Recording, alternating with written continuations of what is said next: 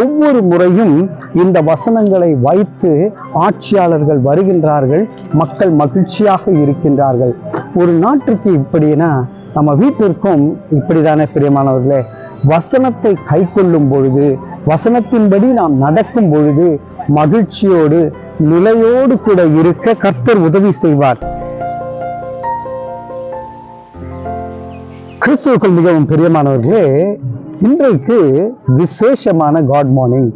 White ஹவுஸ்ல இருந்து நான் இந்த காட் மார்னிங்கை கொண்டு வரும்படியாக கர்த்தர் நமக்கு உதவியை செய்திருக்கிறார். இன்றைக்கு பிரியமானவர்களே, நாம 119வது சங்கீதத்தின் 3வது பாகத்தை நாம் சிந்திக்க இருக்கின்றோம்.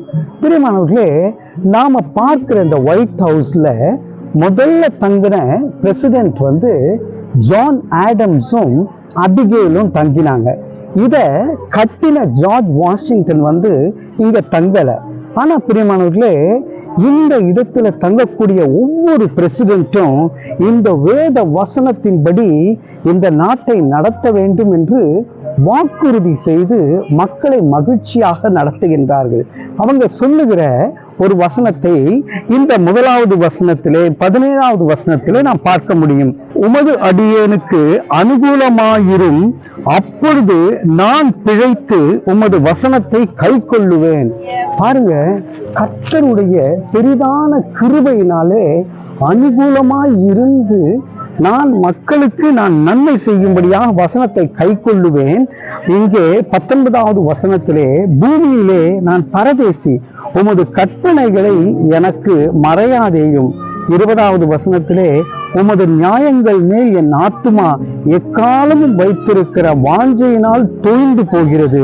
உமது கற்பனைகளை விட்டு வழி விலகின சபிக்கப்பட்ட அகங்காரிகள் நீர் கடிந்து கொள்ளுகிறீர்.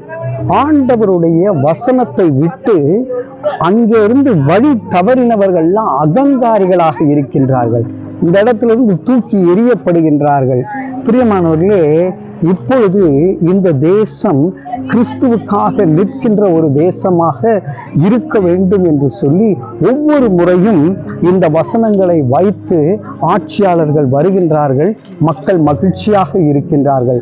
ஒரு நாட்டுக்கு இப்படின்னா நம்ம வீட்டிற்கும் இப்படிதானே பிரியமானவர்களே? வசனத்தை கை கொள்ளும் பொழுது, வசனத்தின்படி நாம் நடக்கும் பொழுது மகிழ்ச்சியோடு நிலையோடு கூட இருக்க கர்த்தர் உதவி செய்வார். நிந்தையையும் 22வது வசனத்திலே நிந்தையையும் அவமானத்தையும் என்னை விட்டு அகற்றும், நான் உம்முடைய சாட்சிகளை கை கொள்ளுகிறேன். பிரியமானவர்களே, ஆண்டவருடைய சாட்சிகளை நாம் கை கொள்ளும்படியாக நிந்தையையும் ஆண்டவர் நம்மை விட்டு அவமானத்தையும் அகற்றும்படியாக தலைகளை தாழ்த்தி நாம் ஜெபிப்போம். அன்பின் பரலோக பிதாவே, நிந்தையும் அவமானத்தையும் என்னை விட்டு அகற்றும். ஆண்டவரே, இப்போதும் கூட கர்த்தாவே, நாங்க உம்முடைய வசனங்கள் பிரகாரமாய் நடந்து நாங்கள் மகிழ்ச்சியோடு நிற்க கர்த்தர் கிருபை பாராட்டும்படியாக இயேசுவின் மூலம் ஜெபித்து ஜெயம் எடுக்கிறோம். ஜீவன் உள்ள நல்ல பிதாவே, ஆமேன், ஆமேன்.